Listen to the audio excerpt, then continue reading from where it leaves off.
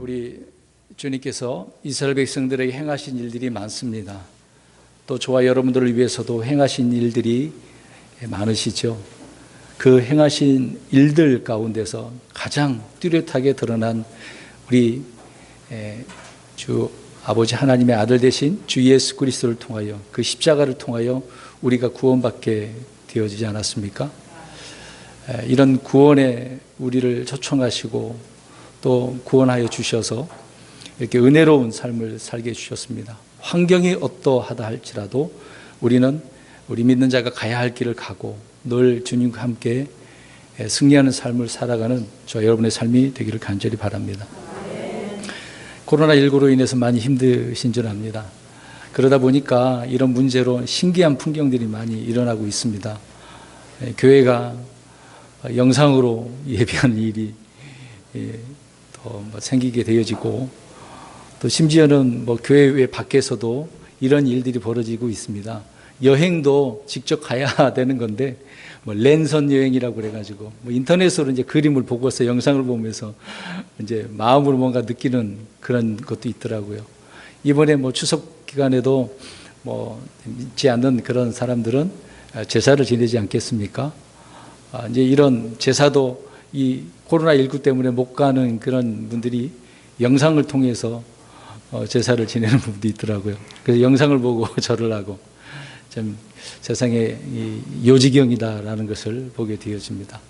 그럼에도 저와 여러분들은 오늘 주의 첫날 이렇게 모여서 주님을 섬기는 것, 우리 주님께서 기억하실 것이고, 또 물론 우리 참석하지 못한 분들 가운데서도 함께 하시며 더 큰 은혜와 감동이 넘칠 줄로 믿습니다.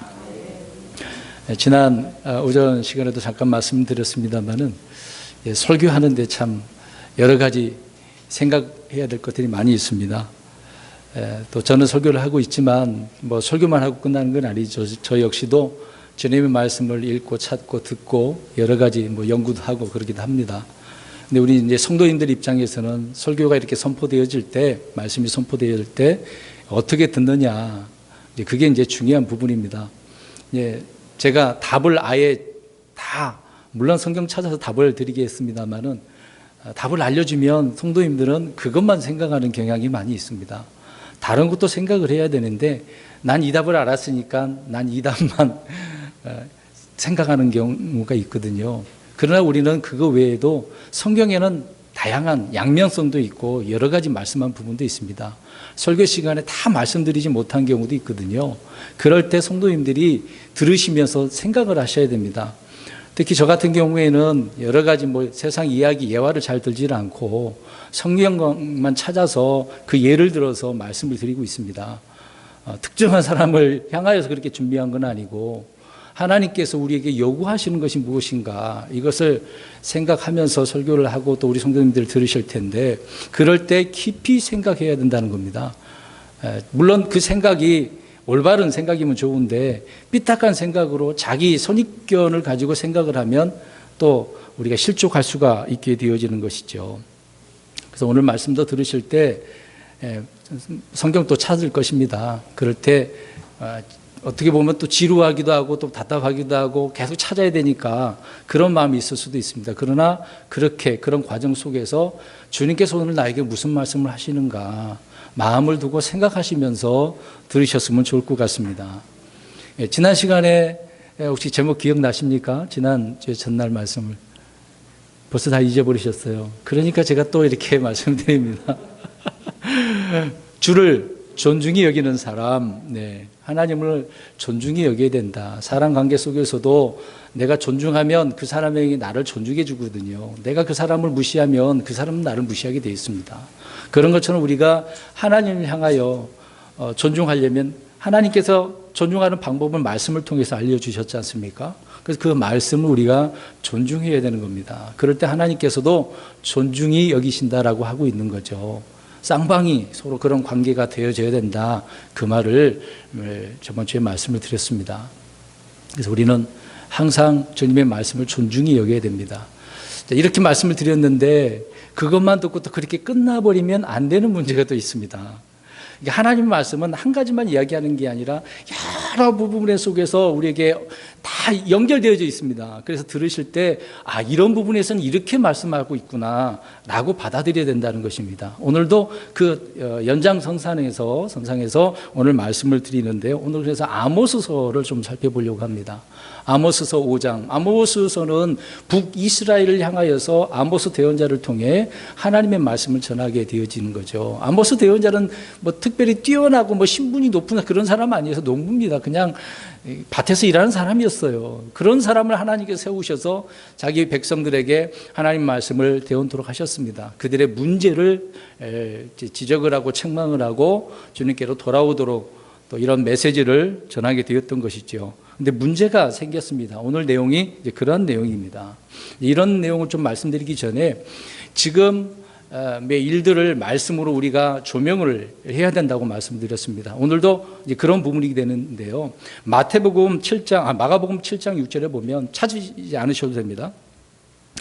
그분께서 그들에게 대답하여 이르시되 이사야가 너희 위선자들에 대해 잘 대언하였도다. 그것은 기록된 바 이 백성이 자기 입술로는 나를 공경하니 하나 그들의 마음은 내게서 멀도다. 예수님께서 이 땅에 친히 오셨지 않습니까? 하나님이신 예수님께서 친히 이 땅에 육신의 몸을 입고 사람이 되셔서 오셨는데 자기 백성이 무엇을 하는가? 이제 공생의 기간 동안에 보니까 좀 자기 백성이 하는 죄송합니다. 이런 표현에서 꼬라지가 참 안 좋아요. 좋은 모습을 가지고 하나님을 신실하게 섬겨야 되는데 자기 나름대로 법을 만들어 놨잖아요. 그래서 전통 구전이라고 하지 않습니까?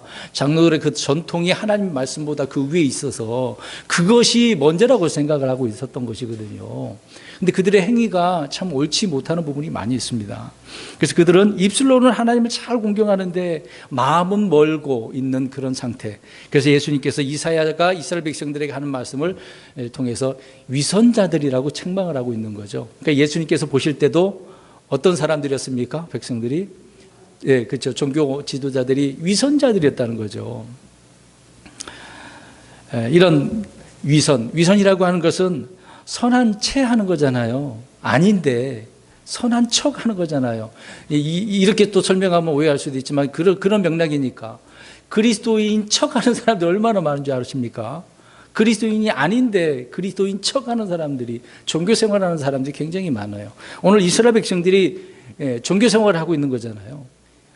마음으로 주님을 섬겨야 되는데 마음으로 섬기지는 않은 거예요. 그래서 이 위선자들에 대해서 예수님께서 마태복음에 엄청난 말씀을 전해주고 있습니다. 잠깐 이 위선자들에 대해서 10가지 이상으로 좀 표현하고 있는데 간단하게만 말씀드리겠습니다. 마태복음 6장 5절을 보면 산상설교에서 말씀하고 있는 거죠. 위선자들은 사람들에게 보이려고 기도한다고 합니다. 그들의 종교성이 나 이렇게 거룩한 사람이야.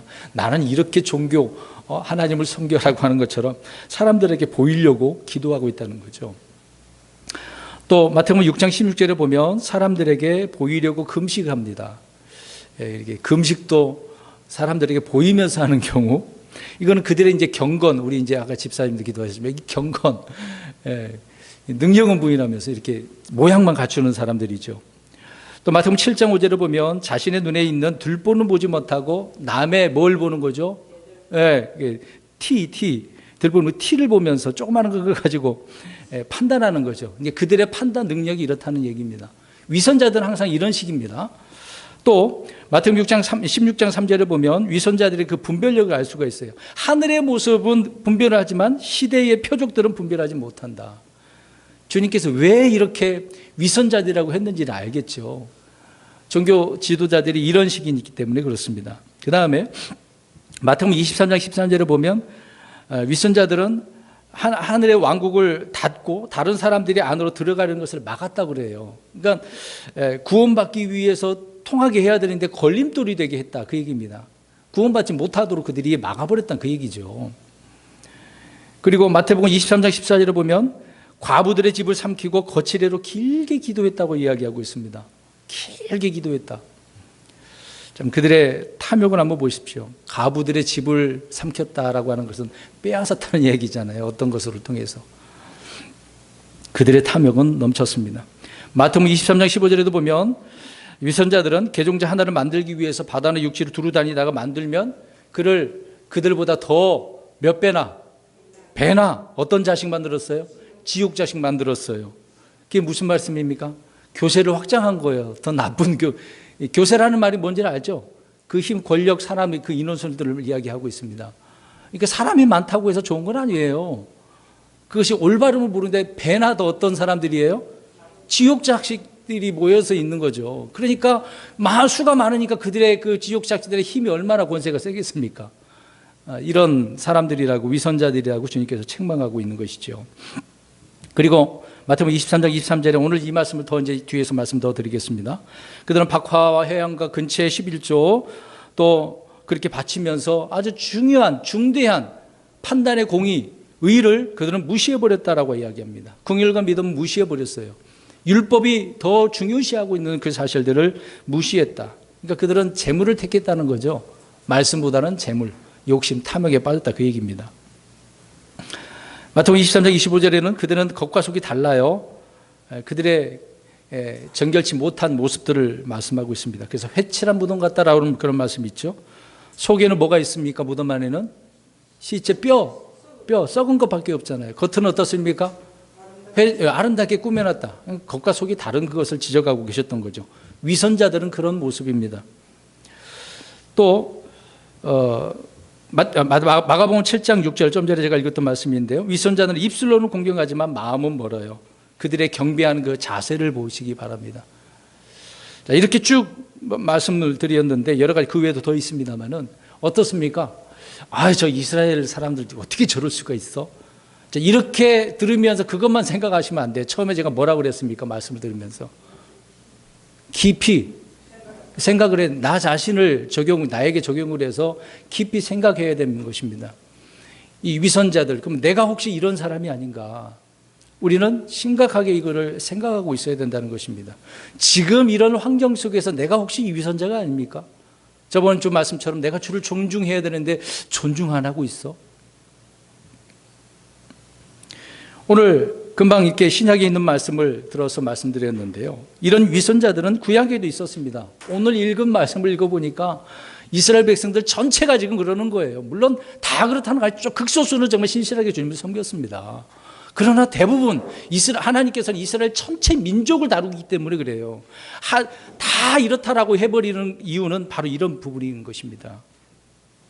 그래서 오늘 아모스 5장 21절부터 27절 말씀에 한번 보시기 바랍니다. 그들의 종교 행위를 한번 보세요. 그들의 경배드리는 예배 그 모습을 보십시오. 믿음이 있는 예배겠습니까? 아니죠. 하나님을 두려워하는 것입니까? 지금 어떻게 보면 이게 의식이잖아요. 이런 의식을 그들이 집행을 할 때 정말 하나님을 두려워하고 믿음으로 정말 의의가 있는 그런 이런 경배를 하나님 앞에 드려야 되는 것입니다. 그렇지 않으면서 하나님 앞에 이렇게 행위를 한다고요? 주님은 그것을 받지 않으신다고 말씀을 하고 있는 것입니다. 혹시 우리는 어떻습니까? 오늘 이렇게 주의 첫날 모이셨습니다. 믿음으로 이렇게 나오셨는데 여러 가지 환경도 다 물리치시고 또 승리하셔서 나오셨습니다. 나오신 건 참 좋은 거죠. 근데 나오실 때 우리는 어떠한 마음으로 나오셨느냐 그 얘기입니다. 정말 내가 위선자로서 주님을 섬기려고 나왔는가? 아니면 정말 신실한 사람으로서 주님을 섬기려고 나왔는가? 오늘 말씀에도 보면 대언자는 말합니다. 너희는 계속 너희는 너희의라고 말하고 있는 거죠.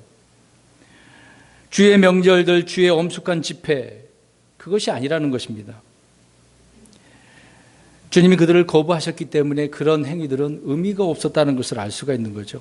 그러니까 하나님께서 뭐라고 이야기합니까? 내가 뭐뭐 하지 아니할 거다라고 이야기를 반복적으로 이야기합니다. 안 받아주시겠다는 거죠. 찬송도 지금 악기를 들어서 하잖아요. 곡조가 있잖아요. 근데 안 받아주겠다는 얘기예요. 기도도 마찬가지고 헌물도 마찬가지고 이런 행위 자체를 하나님은 기뻐하지 않는다라고 말씀을 하고 있는 것입니다. 영과 진리로 드리는 경배가 아니라 의식과 종교와 또 믿음이 없는 행위로 드리는 그런 경배, 예배였기 때문에 그러는 것이죠.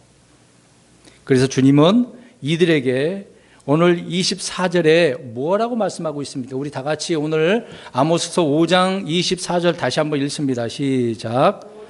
판단의 공의를 물같이 의의를 힘찬 시내같이 흐르게 할지어다. 아멘. 하나님께서 그들에게 율법을 주셨어요. 모세오경이라고 하는 법을 주셨지 않습니까? 또 대언서도 있고 여러 가지 역사서도 있고 이런 말씀을 주셨는데 주님의 판단의 공의, 그 의를 물같이 시내같이 흐르게 해야 된다는 거예요. 행하라는 이야기잖아요. 드러내라는 이야기가 아닙니까? 근데 그들은 그렇게 지금 하고 있어요, 안 하고 있어요? 안 하고 있었다라는 것을 주님께서는 책망을 하고 있는 거예요. 그러니까 이들이 안 하니까 결국 마지막 27절에 가서 보십시오. 어디에 포로가 되게 만들어 끌려가게 하겠다는 얘기예요. 다마스쿠스는 시리아잖아요. 북이스라엘은 시리아에 망했습니다. 남유다는 저 바벨론에 망했던 것이죠. 하나님은 그 말씀대로 그들을 집행, 심판하신 것을 우리가 알 수가 있습니다. 끝까지 그들은 거절했기 때문에 그러는 것입니다. 하나님이 하나님 백성들에게 진정으로 원하시는 것이 바로 이것을 말씀해 주고 있었던 거죠. 오늘날 우리에게도 마찬가지입니다. 주님은 종교적인 형식과 의식이 아니라 악을 미워하고 의를 행하는 것을 원하고 계셨다는 거예요. 의입니다. 근데 오늘 이 말씀을 들을 때 좀 잘 들으셔야 돼요. 이 의가 어떤 의냐라고 하는 부분입니다. 이것만 들으시면 안 됩니다. 계속해서 들으셔야 돼요. 율법에 따라 헌물을 드리는 것은 중요합니까? 안 중요합니까? 중요해요. 이스라엘에게는 아주 중요한 겁니다. 그러나 율법을 지키기 전에 바른 마음을 가지는 것은 더 중요한 거예요. 더 중요한 거예요. 이스라엘이 그렇게 했어야만 하는 것입니다. 율법의 형식보다 정신은 더 중요하다는 거예요. 바른 사람이 되는 것은 더 중요한 겁니다. 사악한 자가요, 그가 희생물을 드리든 찬양을 드리든 헌물을 드리든 그 무엇을 해도 주께 가증한 것이라고 잠언서 21장 27절에 말씀하고 있습니다. 사악한 자가 그렇게 하는 거 의미가 없다는 얘기죠. 창세기 4장 5절에서 7절 보면 가인이 그렇게 하지 않았습니까? 자, 보십시오. 가인이 드리는 헌물을 받으셔야만 해요? 가인을 받으셔야만 해요? 가인이죠. 하나님은 헌물을 받는 게 아니라 가인을 받으시려고 했던 것입니다. 근데 보니까 가인을 받지 않으셨던 거죠. 왜? 그 가인이 어떤 상태니까? 악하기 때문에 그래요. 올바르지 않았기 때문에 그래요. 물론 그들 나름대로 열심히 농사를 지어서 하나님 앞에 하려고 했던 거잖아요. 근데 하나님은 그 가인을 받고자 했는데, 근데 그거는 이걸 안 받아줬다고 요청을 하고 있는 거죠. 또 가인이 드리는 그 헌물을, 물론 주님이 자신을 받았다고, 그 가인을 받았다고 한다면 뭐도 받아야 해요. 하나님은 헌물도 받으시는 거거든요. 그러니까 순서를 잘 보셔야 됩니다. 오늘 저와 여러분들이 하나님 앞에 뭘 드린다라고 할 때, 나는 안 드리고 다른 것을 드리면 하나님 안 기뻐하시는 거예요. 뭘 드려야 돼요? 나를 드려야 돼요. 내가 하나님 희생물이거든요. 헌물이거든요. 우리 자신이. 그래서 바울이 그렇게 얘기하지 않습니까? 로마서에서. 너희 자신을 드리라고. 이것이 참된 경배 예배인 것입니다. 우리가 자신을 비롯한 자신을 이제 거룩한 산 제물로 드리지 않고 자신의 행위를 주님께 드릴 수 없는 것이죠. 하나님은 우리를 받으신 후에 우리가 드리는 모든 영적 희생물을 다 받으시는 겁니다. 나를 드린 다음에 다른 거 다 받으신다는 얘기예요. 오늘 24절에 판단의 공의, 의를 물같이 힘찬 시내같이 흐르게 해야 된다고 하고 있는데, 그러지 못한 예들을 보면서 오늘 저와 여러분들에게 아주 중요한 말씀들을 전하려고 하는 것입니다. 우리가 이제 영화를 통해서 사람들이 그걸 막 입으로 막 이야기를 하죠. 무엇이 중요한디? 그런 말 들어보셨죠? 사실상 뭐 사소한 것도 뭐 우리가 그냥 넘어가는 경우가 있지만 중요한 것은 중요한 부분이거든요. 성경 하나님의 말씀이 작은 것이든 큰 것이든 어떻습니까? 다 중요한 거예요. 그런데 이렇게 말씀을 하시면서 더 중요한 것이 무엇인가를 하나님은 우리에게 말씀을 해주고 있는 것이거든요. 그것이 의라는 것입니다. 오늘 판단의 공이 그 의를 어떻게 하라고요? 흐르게 하라고. 근데 이 흐르게 하지 않았다 이야기하는 것을 아모스서에서 북이스라엘 백성들 향하여 말씀하고 있는 거죠. 자, 그럼 얘들 가운데 믿음과 행위에 대해서 좀 우리가 이야기하려고 합니다. 갑자기 뜬금없이 왜 갑자기 믿음과 행위입니까? 아주 오늘 말씀과 연결되기 때문에 그렇습니다. 우리가 혹시 여기에 잘못된 의를 가지고 있지 않는가? 이 부분을 우리가 좀 생각해 보려고 합니다. 히브리서 11장에 가서 보면 전부 다 히브리서 11장은 처음부터 끝까지 뭘 강조하고 있습니까? 믿음으로. 누가 그렇게 살았다는 거예요? 선조들이, 믿음의 조상들이 그렇게 살았다는 거. 아벨부터 해서 신약 성도들까지 믿음을 통해서 살았다고 이야기합니다. 그래서 믿음으로 의를 얻었고 믿음의 보상을 받게 되었다라고 이야기를 하고 있는 것이죠. 그러니까 믿음과 은혜는 구약이나 신약이나 모든 세대 다 똑같아요. 공통입니다. 따로 떼어놓으면 안 됩니다. 믿음은, 은혜는 같이 붙어 다니는 거죠. 아담과 이브도 어떻습니까? 에덴 동산에서 잘못을 범했어요. 그럼에도 불구하고 하나님께 그들에게 뭘 베풀어 주셨어요? 은혜를, 긍휼을 베풀어 주고 가죽옷을 해 입히셨잖아요. 아벨도 믿음으로 이렇게 되었습니다. 노아도 그랬고 아브라함도 마찬가지입니다. 율법 시대 다윗도 그랬고 신약 시대에는 더 말할 것도 없겠죠. 믿음으로입니다. 율법과 믿음의 관계는 대부분 이 구절들로 정립이 되어집니다. 우리 성경 보겠습니다. 로마서 3장 28절 보십시오. 결론입니다. 바울이 그 당시에도 보니까 시끌벅적해요. 결론을 아예 내려놨습니다. 구약과 신약은 동일해요. 로마서 3장 28절. 오늘 왜 이야기를 하고 있는지 지금 들으시면서 생각을 하셔야 됩니다. 목사님은 왜 갑자기 믿음과 행위에 대해서 이야기를 하고 있는가? 로마서 3장 28절 시작. 그러므로 우리가 결론을 내리노니 사람은 율법의 행위와 상관없이 믿음으로 의롭게 되느니라.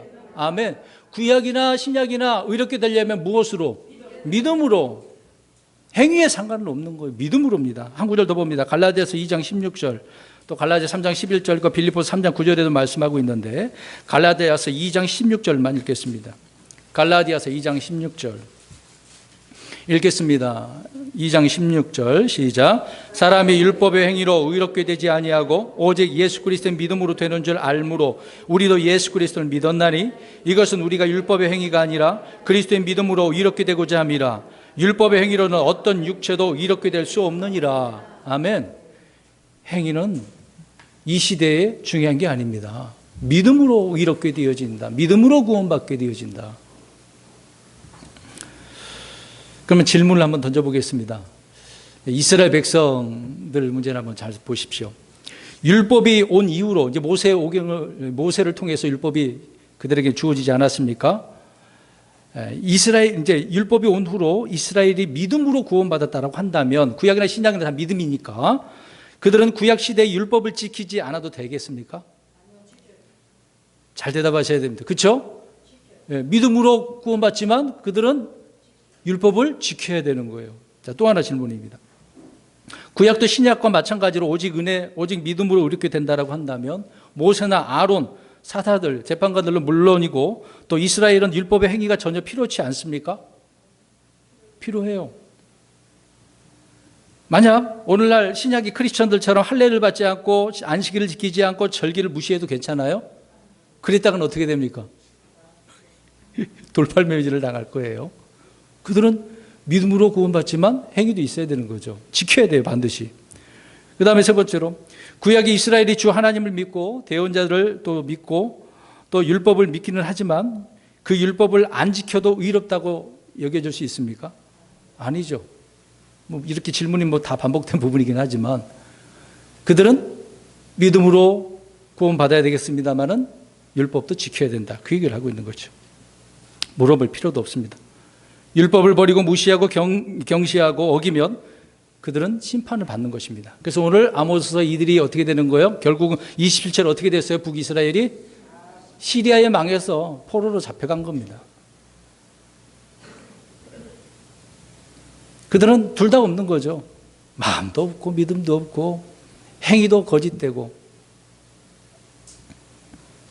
오늘날 우리가 은혜의 복음을 전하고 있는데 우리들이 구약적 이스라엘 백성들 가가지고 지금도 가보십시오. 오직 은혜로 구원받습니다. 그러면 뭐라고 그럴 것 같아요? 가만 안 둬요, 그들은요. 지금도 이스라엘은 어떻게 생각하고 있습니까? 율법을 지켜야 된다고 생각하고 있는 거죠. 그래야 이제 구원받는다고 그들의 날이 온다고 생각을 하고 있는 것입니다. 여러분, 구약의 대언자들은 율법을 지키라고 선포를 했습니다. 그러나 아무도 율법으로는 의롭게 될 수 없으니까 율법을 지키지 말라고 대언한 그런 대언자가 있습니까? 우리 성경 읽어보면 그런 말 한마디도 없어요. 율법을 지키라고 강조를 하고 있죠. 이와 달리 구약의 유대인들이 그동안 믿어오던 대로 신약의 우리 크리스천 이방인에게 선포된 은혜의 복음, 할례를 받고 모세 율법도 지켜야 한다라고 한다면 지금 이 시대에 그런 말들을 갖고 우리에게 적용한다고 하면 어떻게 되겠습니까? 이건 무슨 복음이라고 그래요? 갈라디아서에서. 다른 복음, 저주받을 복음이라고 하는 거죠. 지금 이 시대에 야 구약이 이렇게 했으니까 할례도 행해야 되고 율법도 지켜야 되고 잘못된 거잖아요. 그래서 말씀을 바르게 나눠야 돼요. 그렇지 않으면 문제가 생기는 겁니다.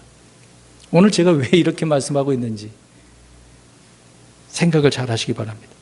마태복음 19장 17절에 보니까 우리 주님은 다만 내가 생명에 들어가려거든 명령들을 지키라고 말씀하셨습니다. 예수님께서 이스라엘 백성들에게 계속해서 무엇을 지키라고 이야기하고 계세요? 명령, 율법들, 계명들을 지키라고 이야기하고 있는 겁니다. 왜? 아직까지는 언제니까? 구약이니까. 신약이 실현되려면 유언자가 한 자가 죽어야 되기 때문에 십자가 죽어야 신약 아닙니까? 계속해서 자기 백성들에게 율법을, 명령들을 지키라고 선포를 하고 있습니다. 이런 부분에 있어서 바울이 로마서 10장에 이렇게 말하고 있는 거죠. 그것들을 행하는 사람은 그것들로 말미암아 살리라. 그러니까 이스라엘 백성들은 율법을 행해야 죽지 않고 사는 거예요.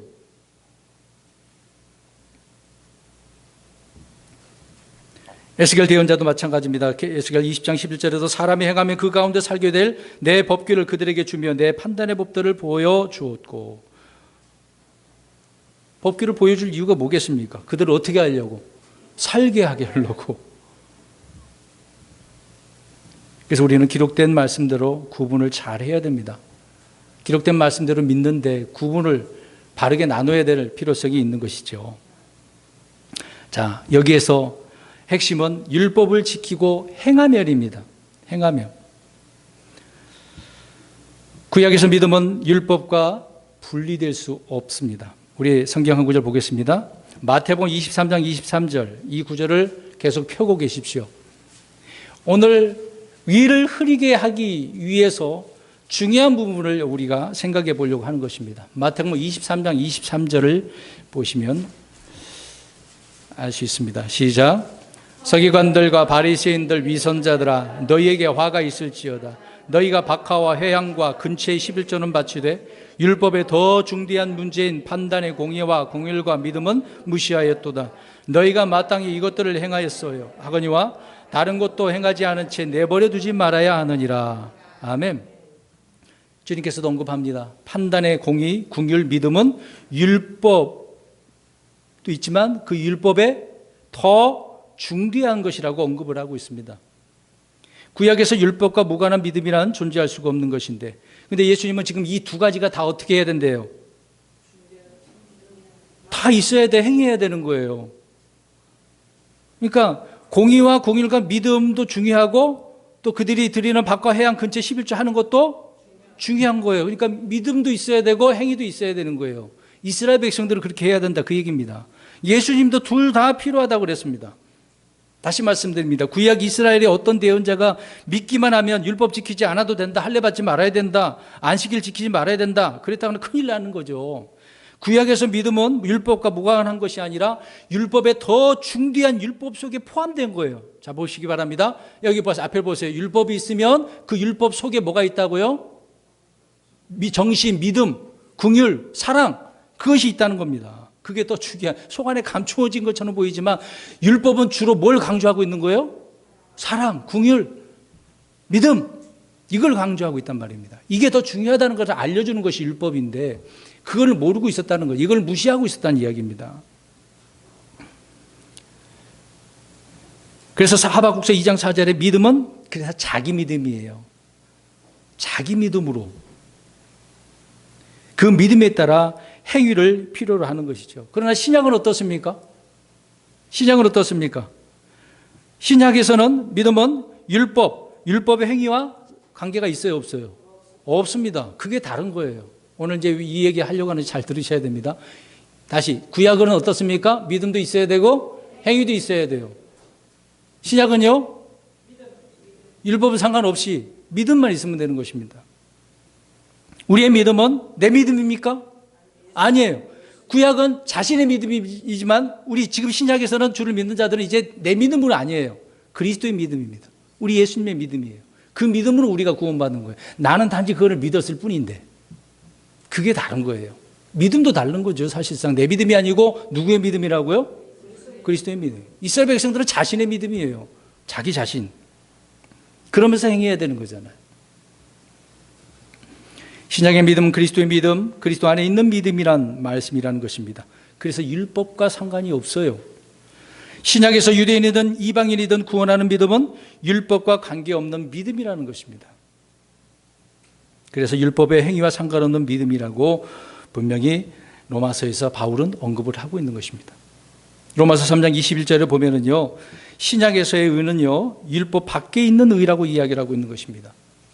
율법도 대언자들도 증언한 의가 있어요. 그 의가 드러났는데 그 의가 어떤 의냐? 그 로마서 3장 22절을 보시면 알 수 있습니다. 하나님의 의예요. 예수 그리스도의 의예요. 그 의가 우리에게 전가된 것이거든요. 그러니까 우리는 무슨 의로 사는 것입니까? 예수님이 하나님의 의로 살아가는 거예요. 그러면 오늘 제목처럼 이 하나님의 의를 어떻게 해야 되는 거예요? 흐르게 해야 되는 거예요. 율법에 더 중대한 것을 말씀할 때 하나님의 의로 우리가 됐다고 한다면 그 하나님의 의를 흐르게 해야 된다, 그 얘기입니다. 이스라엘 백성들처럼 내 열심히 뭔가 그 문제가 아니에요. 자기가 목적을 세우고 한 그 문제가 아닙니다. 다시 말씀드리지만은 구약의 믿음은 율법에 더 중대한 것으로 율법 속에 있는 자기의예요, 자기의. 그러나 신약의 믿음은 율법과 상관없는 율법 밖에 있는 누구의 의? 하나님의 의, 우리 예수 그리스도의 의죠. 이 차이를 정확히 알아야 되는 것입니다. 다른 것은 같은 것이 아니에요. 구분을 잘 하셔야 됩니다. 근데 주의를 해야 됩니다. 또 이렇게 말씀 전하면 또 오해할 수도 있는 건데, 구약에서는 율법의 행위로 구원받는다라고 하면은 맞아요, 틀려요? 지금까지 말씀드렸잖아요. 구약에 잘 들으셔야 돼요. 율법의 행위로 구원받는다라고 한다면 맞아요, 틀려요? 틀려요. 잘 들으세요. 처음에 그래서 얘기했잖아요. 구약과 신약은 어떻게 해요? 믿음으로 그렇게 되고 믿음으로 구원받아요. 근데 행위를 통해서 구원받는다? 아니에요. 이스라엘의 행위로 구원받은 게 아니에요. 오늘날 이거 잘못되게 가르치는 개신교 많지 않습니까? 이단들도 그렇고요. 자, 믿음은 기본으로 어떻게 돼 있어요? 깔려 있는 거예요. 믿음이 깔려 있어서 뭐가 나오는 거예요? 믿음의 행위가 나오는 거예요. 구약이나 신약이나 똑같은 거예요. 근데 이스라엘은 그걸 무시한 거란 말입니다. 어느 세대나 믿음과 은혜 없는 세대란 있을 수가 없어요. 구약도 신약도 은혜가 다 있습니다. 단지 이스라엘에게는 율법을 주셔서 지켜 행하라고 명령을 하신 것이죠. 여러분, 구약 성도들에게 믿음이 있으면 율법은 지킬 필요가 없습니까? 그랬다가 난리 나는 거예요. 에스라가, 느헤미야가 저 바빌론에서 돌아왔는데 얼마나 그걸 강조했습니까? 우리 율법대로 살아야 되는데 못 살아서 우리가 저 포로로 잡혀가지 않았느냐. 그러니까 철저히 율법대로 살았지 않습니까? 그러니까 더 과잉, 더 붙여가지고 그때 전통을 만드는 게 이제 문제가 된 것이죠. 구약 이스라엘은 율법을 지키는 건 당연한 일입니다. 중요합니다. 율법을 지켜서 구원받는 거예요? 아니란 말입니다. 믿음으로 율법을 맞게 행해야 되는 것이죠. 그게 올바른 것이었던 것입니다. 그게 이스라엘 백성들에게는 뭐가 흘러가야 돼요? 판단의 공의와 의가 흘러가게 했어야만 하는 거예요. 근데 우리는 이제는요, 우리 예수님께서 하신 그 일들, 예수님의 그 의, 하나님의 의를 우리는 흐르게 해야 돼요. 저와 여러분들의 의가 아닙니다.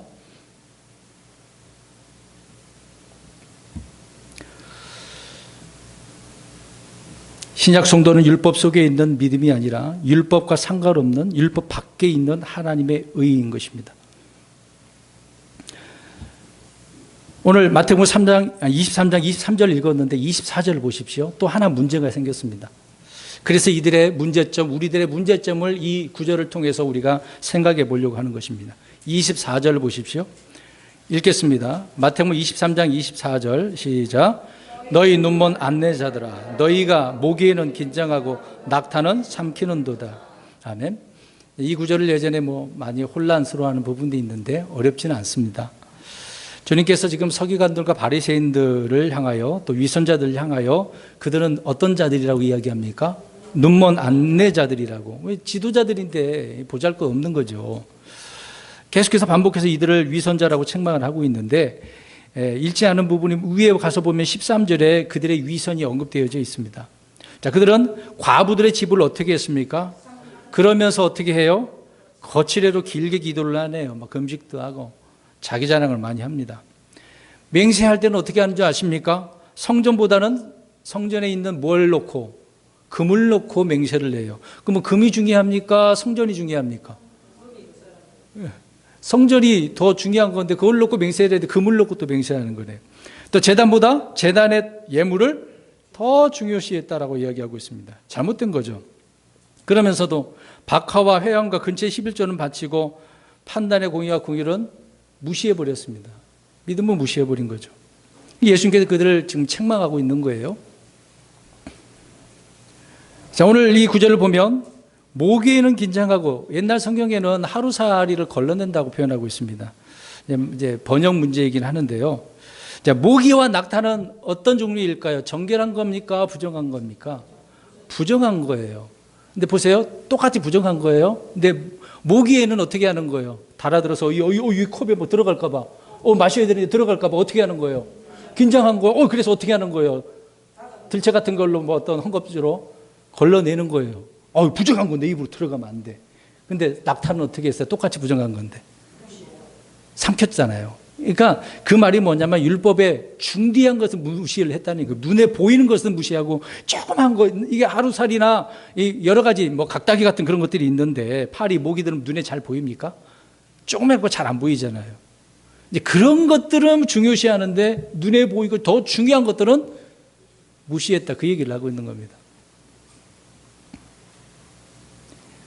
참 대단한 사람들이었죠. 당시에 이들은요, 물이나 포도즙이나 기름을 담을 때도 마실 때도 걸러내요. 근데 거기 이게 긴장했다는 말이 이제 영어로는 이제 다른 말로 걸러냈다 표현할 수도 있는데 스트레이너. 우리가 싱크대 보면 음식물을 내릴 때 어떻게 합니까? 거기에 뭘 해놓은 거 있잖아요. 그게 스트레이너이거든요. 걸러내는 거잖아요, 그걸. 이들은 그렇게 했다는 거죠. 어떤 채를 사용을 해서. 이런 것들은 부정한 것인데도 불구하고 눈에 보이는 것, 더 중대한 것은 이렇게 무시했을까? 그러면 저와 여러분은 어떻습니까? 우리 그리스도 신약 그리스도인들 은혜의 복음을 따라서 우리는 늘 감사하고 기쁘고 행복하게 살고 있는데, 근데 주님께서 그리스도인들에게도 명령한 것들이 있잖아요. 예수님께서 명령하신 것도 있고 사도들을 통해서 명령하신 것들도 있고, 그러니까 예수님의 교리, 사도들의 교리도 있거든요. 이런 말씀들을 우리는 어떻게 합니까? 그렇죠. 더 중요시하고 더 실천을 해야 되는 건데, 이제 그런 것들을 하나님의 의라고 우리가 전부 다 통틀어서 이야기할 때 이 하나님의 의를 어떻게 해야만 하는 거죠? 흐르게 했어야만 하는 거거든요. 근데 우리는 흐르게 하지 않는 경우가 있다는 것입니다. 지금에 일어난 일들을 통해서 한번 생각해 보십시오. 내가 이 코로나 때문에 이유를 드러내야 되는데 하지 못하고 있으니 어떻게 해야 됩니까?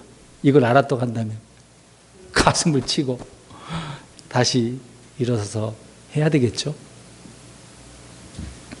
오늘날 이런 풍기 현상들이 많이 일어나고 있습니다. 이상한 현상들이 일어나고 있는 거. 더 중대한 것을 우리 무시해버린다는 얘기입니다. 사소한 거, 나 이거 했으니까 하나님께서 받아주시겠지. 그러실걸요? 더 중요한 건 하면, 나 기도했으니까, 잠깐 기도했으니까 하나님께서 기도 들어주시겠지. 마음은 다른 데 있으면서, 육신의 일들을 행하면서, 나 하나님의 자녀니까 괜찮아. 스스로가 자기를 막 위안하고, 만족시키고. 그게 우리가 더 중대하고 또 그렇지 않은 걸 좀 차이가 있는 거 아닙니까? 주님께서 너희가 모기에는 긴장하고 라고 했는데요, 율법의 음식 규례를 어기지 않기 위해서 그들은 눈에 보이지 않는 모기, 이것들을 채로 걸러냈다는 것이죠. 그 정도로 철저히 했다는 얘기입니다. 대단한 거예요. 대단한 거예요. 혹시 이런 열심이라도 좀 있으면 좋긴 하겠습니다만은 그런 열심도 없다고 한다면 좀 부끄럽긴 합니다. 과부의 집을 삼키는 일은 부정한 것이고 불법인데도 불구하고 뻔히 부정한 음식인 줄 아는 낙타 삼키는 것 보십시오. 얼마나 그들의 위선이 있는지 우리는 알 수 있지는 않습니까? 구약의 율법은 지키고 행하라는 이 몸의 행위를 규정하고 있었던 것입니다. 간음하지 말라고 하면 어떻게 해야 돼요? 이제 이게 잘못된 견해가 될 수도 있습니다. 잘 보세요. 이제 오해를 하는 것입니다. 간음하지 말라고 그랬으니까 간음 안 하면 육체적으로 안 하면 어떻게 되는 거예요?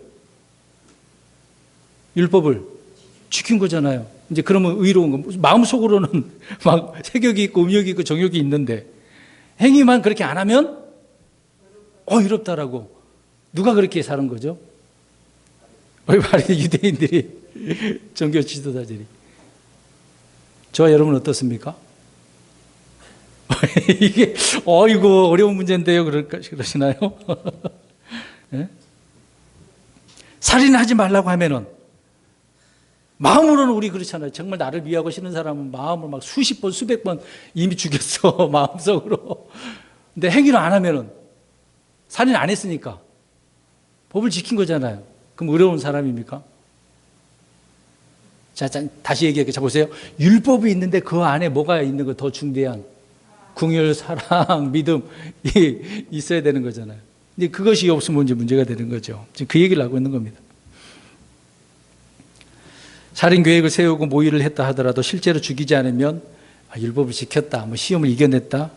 아니, 이건 비상적인 해석이죠. 성경은 그렇게 말하고 있지 않습니다. 오늘 다시 마태복음 23장 23절 보십시오. 이것들도 다른 것도 둘 다 어떻게 했어야만 하는 거예요? 다 했어야만 하는, 두 가지를 행했어야만 하는 거죠. 이스라엘 백성들은요.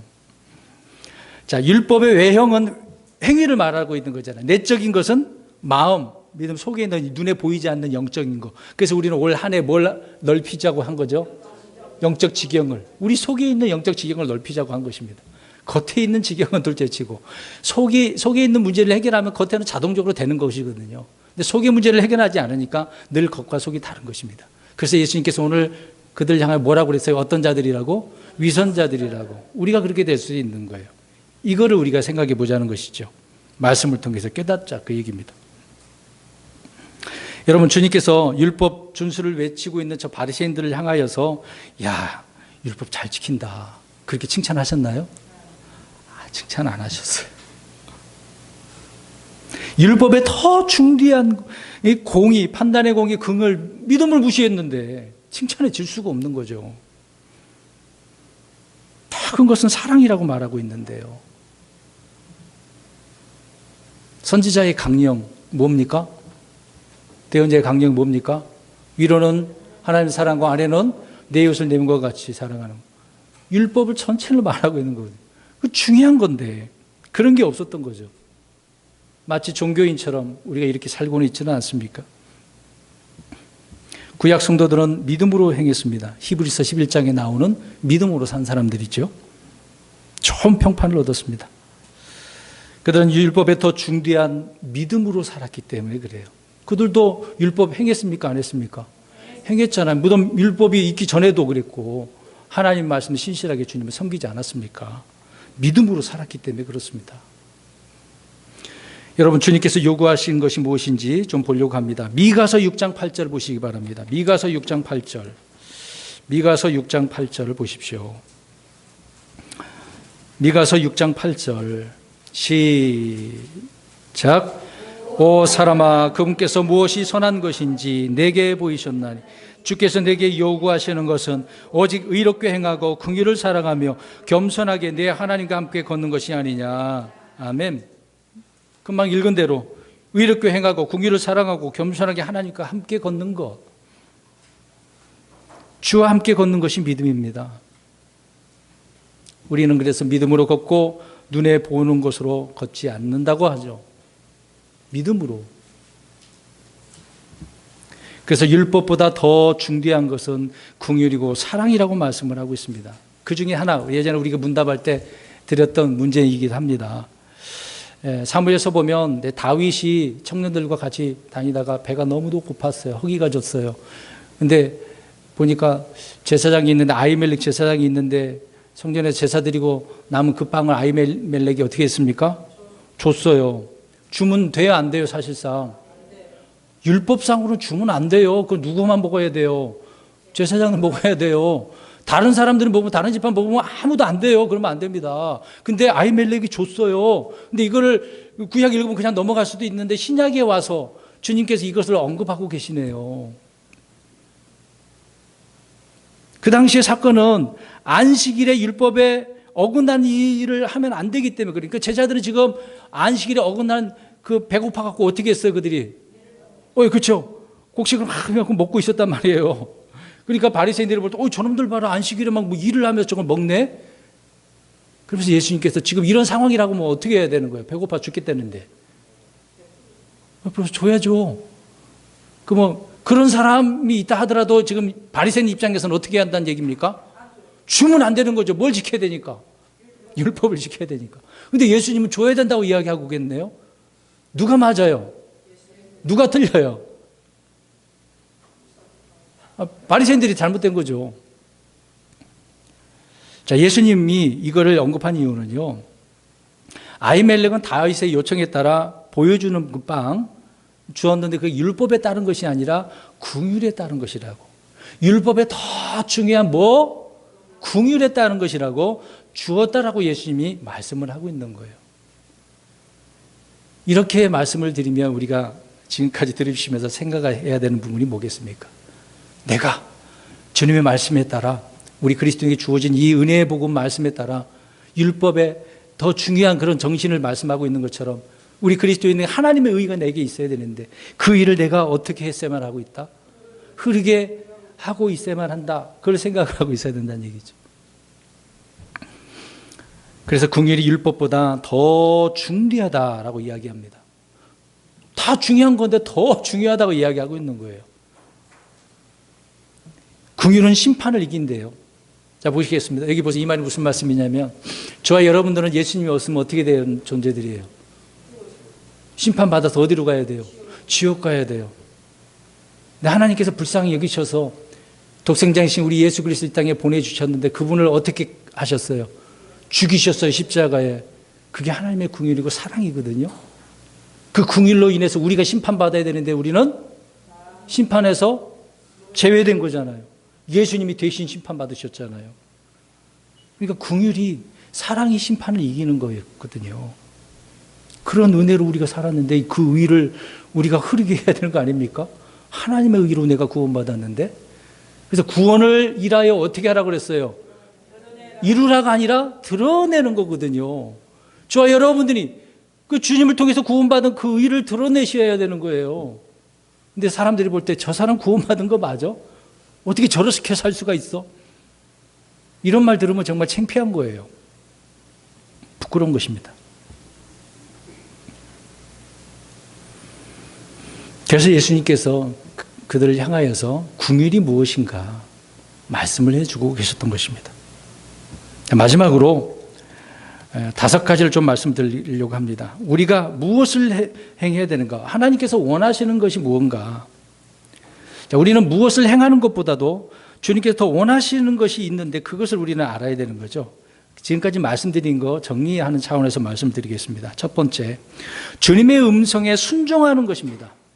번제 헌물과 희생물보다 더 하나님 이걸 원하고 계세요. 그래서 사무엘이 사울 왕에게 뭐라고 그랬습니까? 뭐가 무엇보다 낫다? 순종이 헌물보다, 제사보다 낫다. 그게 율법에 더 중대한 거였습니다. 우리도 마찬가지입니다. 주님의 말씀에 순종하는 것이 더 중요한 거예요. 뭘 했느냐가 문제가 아닙니다. 우리가 자랑할 것이 무엇이 있습니까? 예수님이 다 구원에 대해서 이루어 주셨는데요. 주님이 하셨는데요. 두 번째로는 호세아 6장 6절을 보면 성전에 희생물을 바치는 것보다 긍휼을 하나님께 더 원하고 계신다고 그랬습니다. 하나님은 그걸 더 원하시고 계셨던 거죠. 긍휼, 의, 믿음, 사랑, 11조, 헌물 드린 것보다 더 중대하다고 여러 번 반복해서 말씀드리는 이야기입니다. 그 다음에 세 번째로 이사야 58장 5절과 6절을 보면 의를 행하는 것이 금식하는 것보다 더 중요하다고 그랬습니다. 혹시 금식하시고 계신 분 계십니까? 어떤 일에 있어서 그냥 자연적으로 굽는 거 말고요. 주님의 말씀에 따라 내가 그 말씀대로 살겠다. 나 자신을 좀 괴롭게 하겠다. 어떤 주님의 목적을 두고 깨닫기 위해서 그렇게 하겠다. 좋은 거죠.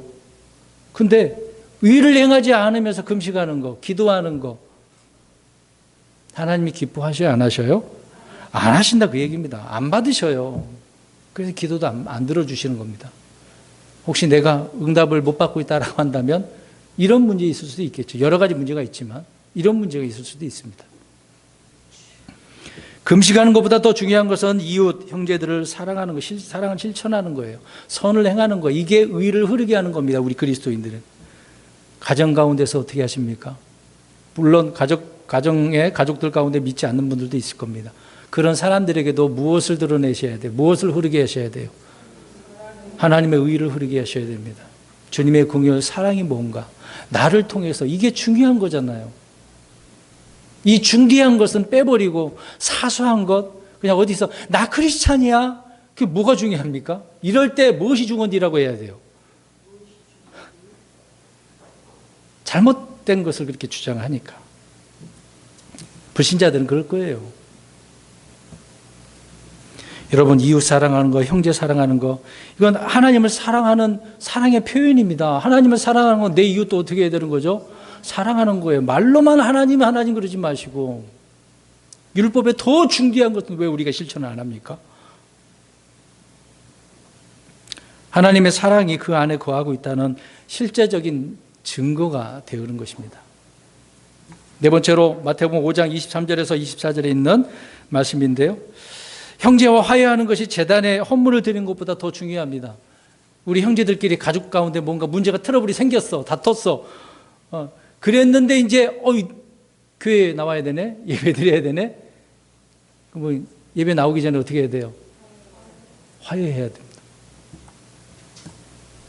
그래야 하나님께서 받아주시는 거예요. 그게 먼저 해야 될 일이거든요. 오늘 나오시면서 서로 싸우고 오신 분 계십니까? 다투고 계신 분 있습니까? 다섯 번째로 마가복음 11장 25절에 용서해 주는 것이 기도하는 것보다 더 중요하다고 그랬습니다. 다퉜어. 용서가 안 돼. 그러면서 주님, 오늘 은혜 받게 해 주십시오. 이 말씀을 살게 해 주십시오. 어떻습니까? 그렇게 기도하는 것보다 먼저 어떻게 해주라고요? 용서해 줘요. 내가 잘못했으면 내가 용서를 빌어야 되는 것이고. 먼저 그렇게 해야 됩니다. 부부지간에도 마찬가지겠죠? 용서가 없으면 기도가 막히는 거라고, 막히게 된다고 베드로 사도가 말씀하고 있습니다. 그러니까 화해와 용서가 없으면 기도 생활도 안 되는 거예요. 여러분, 이런 부분을 우리가 실제 부딪히고 있는 건데 이런 것을 우리가 심각하게 생각하고 지금 율법에 더 중대한 것을 우리가 무시하고 있지 않는가. 의를 흐르게 해야 되는데 이런 의를 나 스스로가 막고 있다고 한다면 안 되는 거잖아요. 하나님 안 기뻐하십니다. 주님께서 기뻐하신 일을 하면서 살아야 되는 우리들인데 마귀가 좋아하는 일들을 해서 해야 되겠습니까? 주님은 행함에 있어서 더 중요한 것들이 무엇인가를 말씀을 해 주셨습니다. 그래서 율법에 더 중대한 것, 오늘 아모스 대언자를 통해서 판단의 공의와 의를 물같이, 힘찬 시냇물같이 흐르게 하라. 자, 시냇물이 어떻게 해요? 흘러가요? 힘차게 흘러가요. 조금씩 흘러가는 게 아니라 힘차게 흘러가요. 우리가 뭐 봄에나 뭐 가을이나 여름에도 볼 수도 있겠지만 산골짜기 가보면 그런 시냇물이 있지 않습니까? 그냥 물이 없어갖고 조금씩 찔끔 흘러가는 것보다 힘차게 다 흘러가는 걸, 그런 광경을 우리가 볼 때 어떻습니까? 시원하죠. 그렇죠? 결론적으로 말씀드립니다. 우리는 주님 앞에서 위선자가 되어서는 안 됩니다. 주님의 의를 자신의 삶과 마음 속에 드러내야 돼, 흐르게 해야 됩니다. 이것이 오늘날 우리 그리스도인들에게 율법에 더 중대한 그 정신을 말씀을 하고 있는 것이죠. 이런 것들을 우리 그리스도인들이 해 나가야 됩니다. 하나님께서 이것을 우리에게 하라고 맡겨주시고 명령하신 거예요. 이것을 안 하면 교회도 실패하게 되어집니다. 나중에 그래서 교회가 배도한다고 하지 않습니까? 많은 사람들이 주님 오시기 직전에 배도하게 될 겁니다. 그래서 환난 가운데 들어가겠죠, 그들이. 배도한 자들이요. 물론 구원받지 못했으니까 환난 가운데 들어가게 될 것입니다. 결론적으로 사랑하는 성도 여러분, 이번 한 주간 동안에도 우리는 무엇을 흐리게 해야 되는가? 율법에 더 중요한 것을 내가 혹시 무시하고 있지는 않는가? 이것을 기억을 하시고 한 주간도 믿음으로 승리하며 살아가는 저와 여러분들의 삶이 되시기를 주의 이름으로 축원합니다. 아멘. 기도하겠습니다.